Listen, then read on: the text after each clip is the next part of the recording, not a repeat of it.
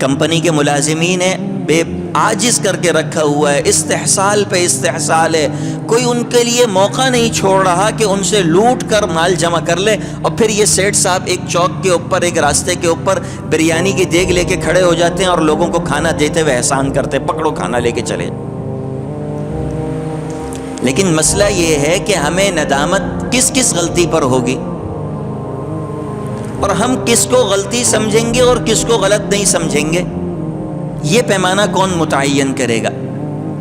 معاشرہ یہ پیمانہ طے کرے گا، یا اللہ اور اللہ کے رسول صلی اللہ علیہ وسلم یہ پیمانہ طے کریں گے؟ ہم اس وقت یہ دیکھتے ہیں کہ معاشرہ گناہ اسے سمجھتا ہے، ہم لوگ گناہ اسے سمجھتے ہیں جس کو دیگر لوگ گناہ سمجھتے ہیں۔ مثلاً آپ ایک عورت کو دیکھیں، فجر کی نماز کے بعد پارک میں چہل قدمی کر رہی ہوگی، ہاتھ میں تسبیح بھی ہوگی، پڑھ بھی رہی ہوگی، لیکن بے پردہ گھوم رہی ہوگی، اس لیے کہ اس نے بے پردہ گھومنے کو گناہ نہیں سمجھا ہے۔ آپ ایک مرد کو دیکھیں، با جماعت پابندی سے نماز پڑھ رہا ہوگا، لیکن سود کھا رہا ہوگا، اس لیے اس نے سود کو گناہ نہیں سمجھا ہے۔ آپ ایک والد کو دیکھیں، اپنے گھر کے اندر اپنے بچے بچیوں کے ساتھ بیٹھ کر اپنے بھائی بہنوں کی غیبت کر رہا ہوگا، جبکہ غیبت زنا سے زیادہ بدتر ہے۔ یہ باپ یہ لفظ استعمال اپنی اولاد کے سامنے نہیں کرتا، لفظ یہ اتنا غلط لفظ ہے کہ اس کو استعمال کرنے سے پہلے سوچنا پڑتا ہے، لیکن وہ باپ اس سے بدتر کام اپنی اولاد کو بٹھا کر رہا ہوتا ہے، اس لیے کہ معاشرہ اسے گناہ نہیں سمجھتا۔ ایک آدمی صدقات اور خیرات کی لائن لگا دیتا ہے، ادھر بھی صدقہ ادھر بھی صدقہ، ادھر بھی دے رہا ہے ادھر بھی دے رہا ہے، حج پہ بھی جا رہا ہے عمرے پہ بھی جا رہا ہے، لیکن معاملات کے اندر اس سے بڑا فراڈیا کوئی نہیں ہوتا۔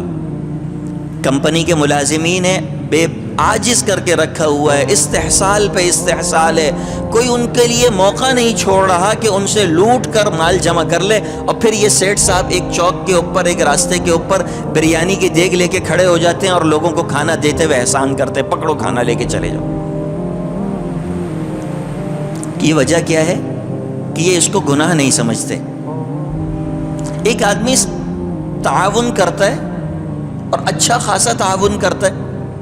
لیکن اس تعاون کے بعد وہ جس کے ساتھ نیکی کی گئی ہے اس کو تکلیفیں پہنچاتا ہے، اس کو اذیت دیتا ہے، اور سمجھتا ہے کہ یہ میرا حق ہے، مجھے اس میں کوئی مسئلہ نہیں ہے، میں نے اس کے ساتھ تعاون کیا، میں نے تو مدد کی تھی اس کی۔ تو مسئلہ یہ ہے کہ گناہ کیا ہے یہ کون طے کرے گا؟ اگر معاشرہ طے کرے گا تو پھر آپ اللہ کے رسول کے دین پر نہیں ہیں، معاشرے کے دین پر چل رہے ہیں۔ اور معاشرے کے بارے میں قرآن مجید میں اللہ رب العزت نے ارشاد فرمایا وَإِن تُطِعْ أَكْثَرَ مَنْ فِي الْأَرْضِ يُضِلُّوكَ عَنْ سَبِيلِ اللَّهِ، اگر معاشرے کے لوگوں کے مزاج کو دیکھ کر چلیں گے تو آپ راہ راست سے بھٹک سکتے ہیں، سیدھے راستے پر نہیں چل سکتے۔ معاشرے کی اکثریت ایماندار، دیندار اور اللہ والی نہیں ہو سکتی، معاشرے کی اکثریت گناہگار ہو سکتی ہے، اس راستے پہ نہیں چل سکتی۔ شیطان نے اللہ رب العزت کے سامنے دعویٰ یہ کیا تھا فَبِعِزَّتِكَ لَأُغْوِيَنَّهُمْ أَجْمَعِينَ، اے اللہ تیری عزت کی قسم، میں انسانوں میں سے ہر شخص کو گمراہ کرنے کی کوشش کروں گا، إِلَّا عِبَادَكَ مِنْهُمُ الْمُخْلَصِينَ، چند لوگ تیرے نیک بندے مجھ سے بچ جائیں گے، بقیہ سب پر میں اپنا زور لگاؤں گا اور سب کو بھٹکانے میں کامیاب ہو جاؤں گا۔ تو سمجھ لینا چاہیے کہ گناہ کس چیز کا نام ہے، اور بہت اچھے سے سمجھ لینا چاہیے کہ گناہ وہ ہے جس کو اللہ اور اس کے رسول نے گناہ کہا ہے، چاہے معاشرہ اسے کتنا ہی نارملائز کیوں نہ کر دے، چاہے معاشرہ اس کو ڈراموں کی صورت کے اندر کتنا ہی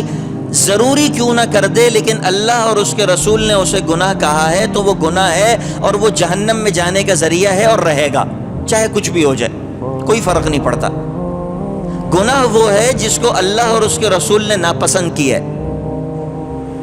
گناہ وہ ہے جس کے بارے میں اللہ اور اس کے رسول نے جہنم سے ڈرایا ہے، چاہے معاشرہ اس کے لاکھ فضائل بیان کرے کہ گدھی کے دودھ پینے میں بڑے بے تحاشا فضائل ہیں، لیکن اللہ اور اس کے رسول نے منع کیا ہے تو منع رہے گا، کوئی بیچ میں راستہ نہیں ہے اس کے پینے کے لیے۔ آپ دیکھیں آج کل سائنسی تحقیق چل رہی ہوتی ہے،